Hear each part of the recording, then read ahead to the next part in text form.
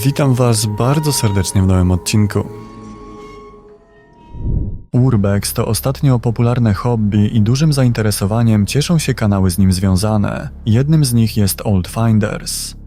Poszukiwacze przygód, którzy odwiedzają tajemnicze, opuszczone lub uchodzące za nawiedzone miejsca w Polsce. Dzisiaj będziemy towarzyszyć jednemu z nich podczas eksploracji opuszczonego domu w lesie. Gdy dotarł na miejsce już przed budynkiem, znalazł ślady, które wskazywały na czyjąś obecność. Widzę, że tutaj jest jakieś wygniecione, tak jakby to było legowisko jakiegoś zwierzęcia. Tutaj tak samo. Tutaj są jakieś bańki, ale chciałem zobaczyć, co jest tam. Nie wiem, czy potem...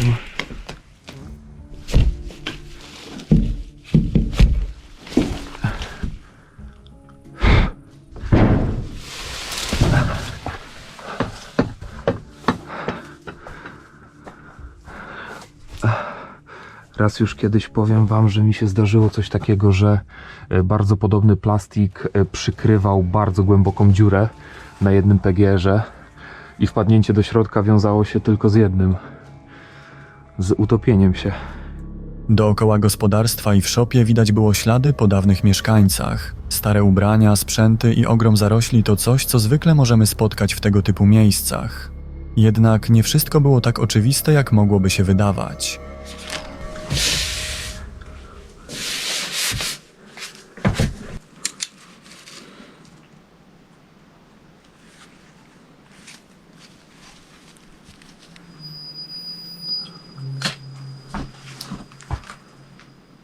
Co jest kur...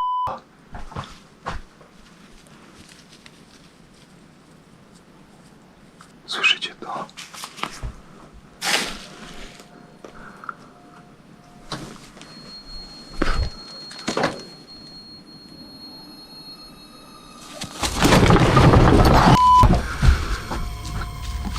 Co jest kurwa?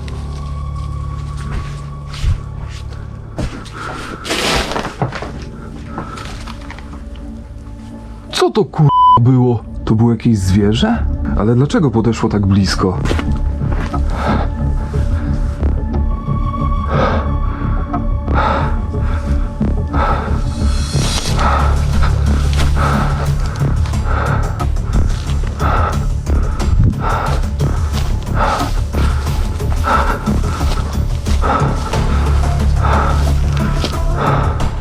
Cokolwiek czaiło się pod oknem, wydaje się podchodzić bliżej, gdy mężczyzna coś mówi, jakby nie wystraszone obcym głosem, a raczej zaciekawione tym, kto jest w środku.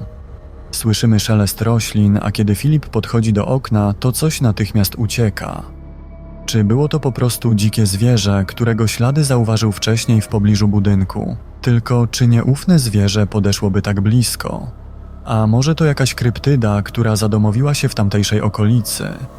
Co by to nie było, poszukiwacz mocnych wrażeń postanowił na wszelki wypadek się wycofać i wkrótce zakończył wyprawę.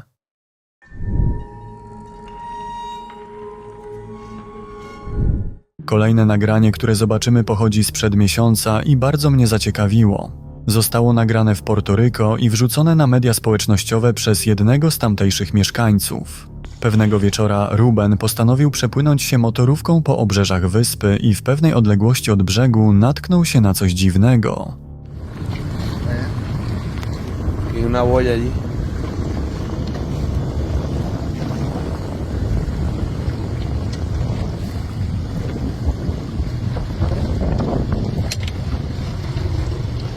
¿Qué será eso?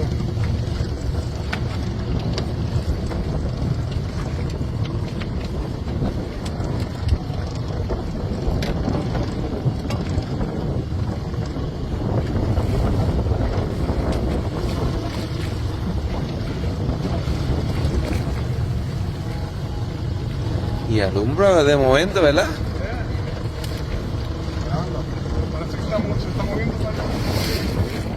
To zjawisko ma jednak racjonalne wytłumaczenie. Może być to zooplankton, a podobne plamy światła na większej głębokości zaobserwowano m.in. na Malediwach. Ruben powrócił w to miejsce nocą, by nagrać raz jeszcze to, co zaobserwował, i właśnie wtedy możemy zobaczyć coś, co już nieco trudniej jest wytłumaczyć. Mira, empezó en el puente y está en la boya, mira la boya. El puente está a mano izquierda, a mano izquierda. Mira eso, mira eso, mira. Mira eso. Hay algo ahí. Mira algo ahí. Míralo. Yo no sé qué carajo es eso, dale para atrás. Si no quieres saber. Dale. Dale. Dale. Dale. Quiero saber. No quiero saber, dale. Dale. Es un ovni. No. Dale. Mira ahí. Sí, eso es eso.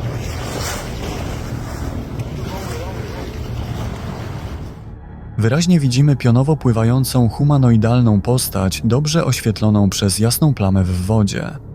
Co ciekawe, cokolwiek to jest, sposób w jaki się porusza kompletnie nie przypomina ludzkiego.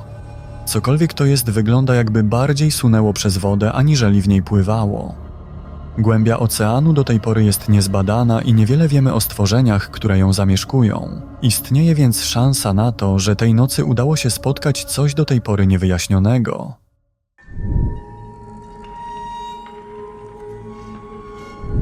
Zostańmy na chwilę w temacie tajemniczych stworzeń. Nagrania, które zobaczymy, pochodzą z kanału Lewiatan. Niestety, nie wiemy nic ani o autorze, ani o samym miejscu. Są to jedyne filmy, które wrzucono na kanał. Jednak autor twierdzi, że niejednokrotnie udało mu się spotkać słynnego The Rake. Pewnej nocy autor wraz ze swoim kolegą, zaniepokojeni odgłosami, sprawdzili przydomowy budynek gospodarczy i to właśnie tam po raz pierwszy spotkali tajemnicze stworzenie.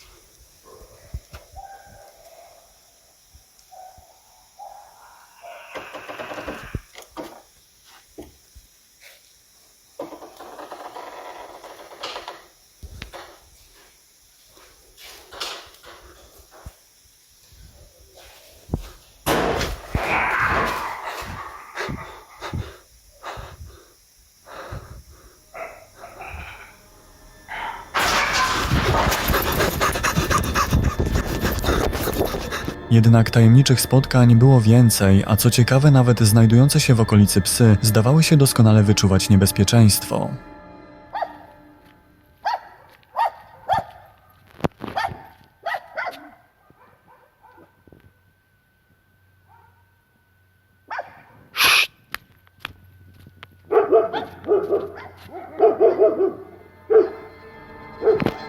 Zaraz po ostrzegawczym szczekaniu psów w oddali możemy dostrzec sylwetkę tego, co zauważył sam autor nagrania. To jednak trzecie nagranie, które pojawiło się na jego kanale, jest z całą pewnością najciekawsze.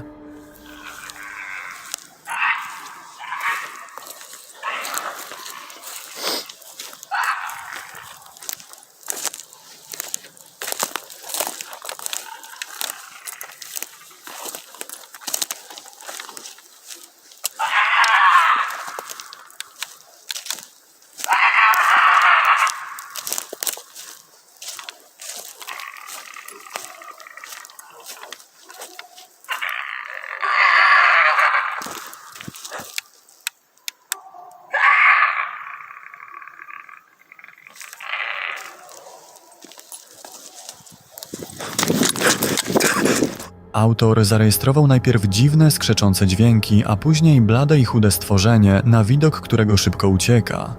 Jak donoszą pogłoski, Rake może przez lata prześladować upatrzoną ofiarę. Tak więc, czy stworzenie z nagrań Lewiatana podąża właśnie za nim? Czy na filmach widzimy prawdziwego Rake'a? Dajcie znać w komentarzach, co o tym myślicie. Jeśli podoba Ci się ten odcinek, to subskrybuj kanał i zaznacz powiadomienia. Z góry dziękuję.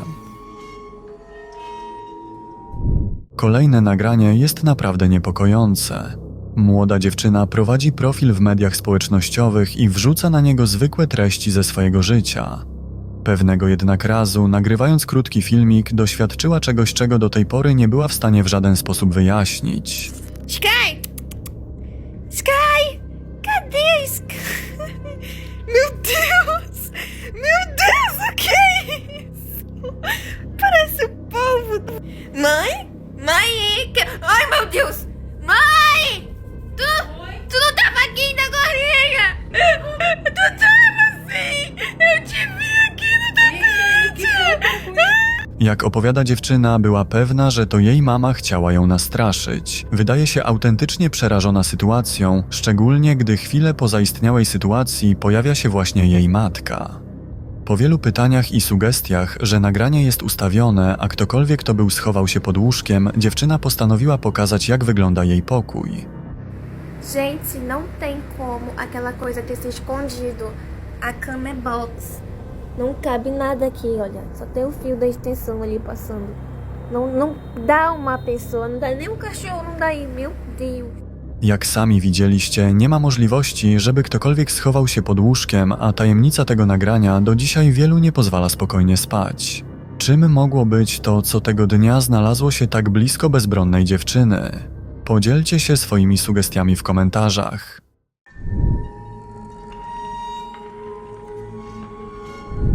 Na pewno wielu z Was natknęło się na doniesienia o tajemniczych pociągach widmo pojawiających się z mgły lub dźwiękach pociągów na zamkniętych już odcinkach tras. Nawet z Polski docierają do nas podobne doniesienia, a wzmianki o tajemniczym pociągu widmo są obecne nawet w mojej rodzinnej miejscowości. Tym razem przeniesiemy się do Meksyku, aby zbadać tamtejszą legendę. Według niej na trasie w Santa Rosa mają pojawiać się tego typu odgłosy przejeżdżającego pociągu, mimo że fizycznie żaden pociąg tam wtedy nie przejeżdża. Sprawę postanowiła zbadać autorka Desterando Historias, a żeby nagranie nie zostało posądzone o podkładanie dźwięku lub inne manipulacje, postanowiła przeprowadzić tam transmisję na żywo.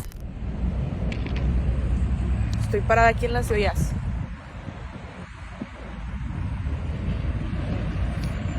Vengo a desmentir que es grabado con una bocina escondida no sé en dónde. Sus ruidos son de trailers. No es cierto.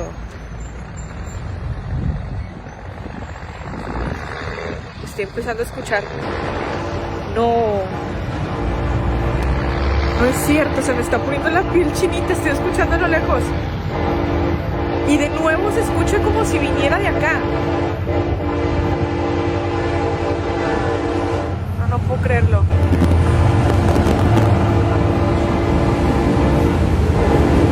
Son las 11:35 de la noche, estamos totalmente en vivo y escucho cómo se está acercando ya por acá.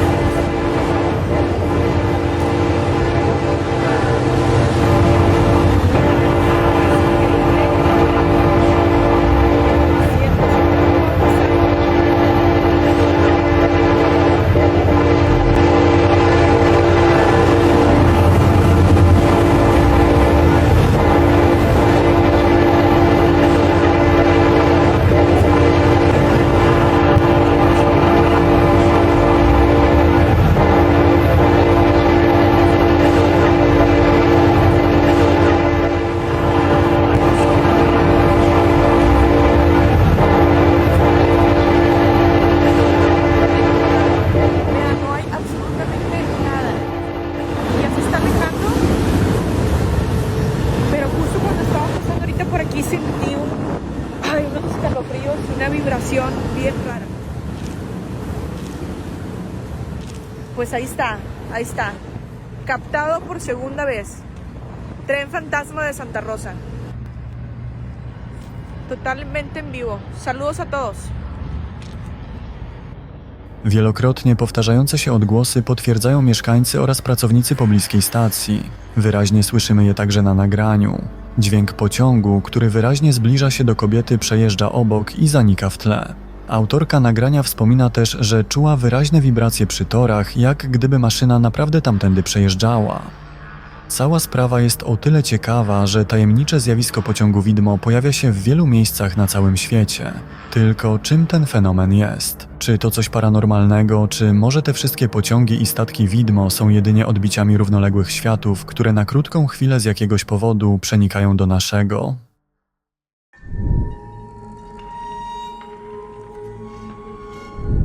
Kolejne nagranie zostało wrzucone na konto społecznościowe dziewczyny o imieniu Fabiola. Mamy tu do czynienia ze zwykłym kontem pokazującym normalne życie młodej kobiety, jakich w sieci wiele. Jednak jedno nagranie dość mocno odbiega od pozostałych. Pewnego wieczoru dziewczyna zauważyła u swoich sąsiadów coś bardzo dziwnego i postanowiła na wszelki wypadek to nagrać.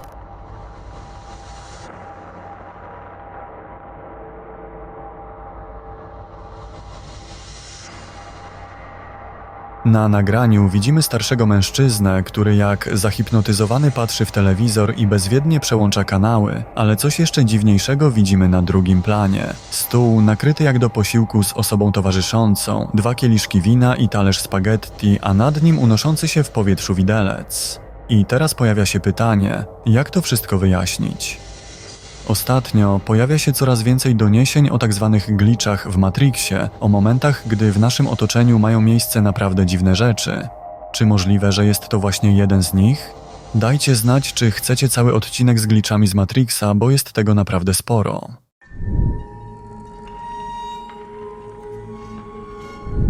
Sundance to resort wypoczynkowy w Utah w Stanach Zjednoczonych. Spokój, góry i świeże powietrze przyciągają tam miłośników odpoczynku na łonie natury. Nagranie, które wykonała jedna z wypoczywających tam par, obiegło kilka lat temu media, nawet te ogólnokrajowe. Był wtedy środek czerwca, wczasowicze postanowili wybrać się na punkt widokowy, by obserwować zachód słońca. W drodze powrotnej, przejeżdżając przez las, zauważyli coś dziwnego. Szybko więc zawrócili samochód, żeby przyjrzeć się temu raz jeszcze i spróbować to nagrać. Yeah. It's like right here, right? Around this corner, I think. Like right here somewhere. Oh, look, right there, right there. Stop, stop, stop. Back up, back up. It was right there. I just saw it. Gosh.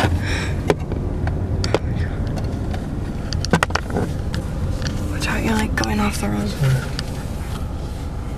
Like right here somewhere. Oh, look, right there, right.